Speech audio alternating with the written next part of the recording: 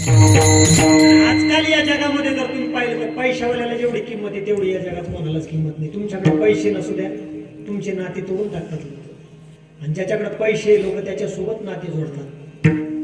हा, तुमच्या तालुक्याचे ते माजी आमदार आमचे लय जवळचे पाहुणे,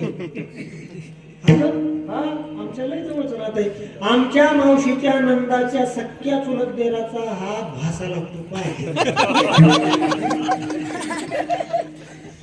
किती जवळचं नातं आहे. पैसे नसू द्या, सत्ता मावस भाऊ त्या ठिकाणी त्याची ओळख दाखवत नाही.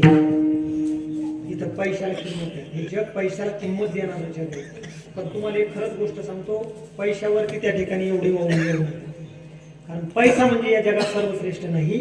एका वक्त्याच्या मुखातून ऐकलेले शब्द आहे, हे पैसा तू देव नाही. हे पैसा तू देव नाही, पण देवा शपथ सांगतो तू देवापेक्षाही कमी नाही. म्हणजे असंही समजू नका की पैसे नसले म्हणजे सगळं काही राहतं. पैसे सुद्धा या जगामध्ये लागतात, आणि पैशाच्या जोडीला तुमची माणुसकी सुद्धा लागते. या दोन गोष्टी जर तुमच्याकडे असल्या तर जगात तुम्ही सगळ्याला भारी बनवू शकता. विषय आपला चालला होता की पैशाचं बळ. मग पैशाचं बळ या जगात श्रेष्ठ आहे. पैशापेक्षा अजून काही श्रेष्ठ नाही. कोणतं बळ श्रेष्ठ आहे पैशापेक्षा? पैशापेक्षा या जगात अजून एक बळ श्रेष्ठ आहे. त्या बळाचं नाव आहे सत्तेचं बळ. कशाचं बळ?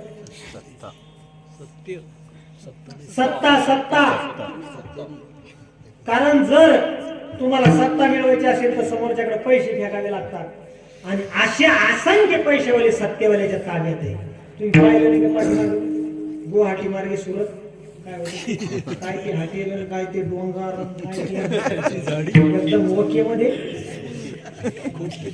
अनेक पैशावाले तिकडे गेले. कशाचे पायी गेले? सत्तेच्या पायी गेले. याचा अर्थ असा आहे, इथं सत्तेचं बळ श्रेष्ठ आहे. अगोदर पाहिलं आपण शरीराचं बळ, त्याच्यानंतर पाहिलं आपण बुद्धीचं बळ, बुद्धीच्या बळानंतर आपण त्या ठिकाणी पाहिलं पैशाचं बळ, पैशाच्या बळानंतर त्या ठिकाणी आपण पाहिलं सत्तेचं बळ.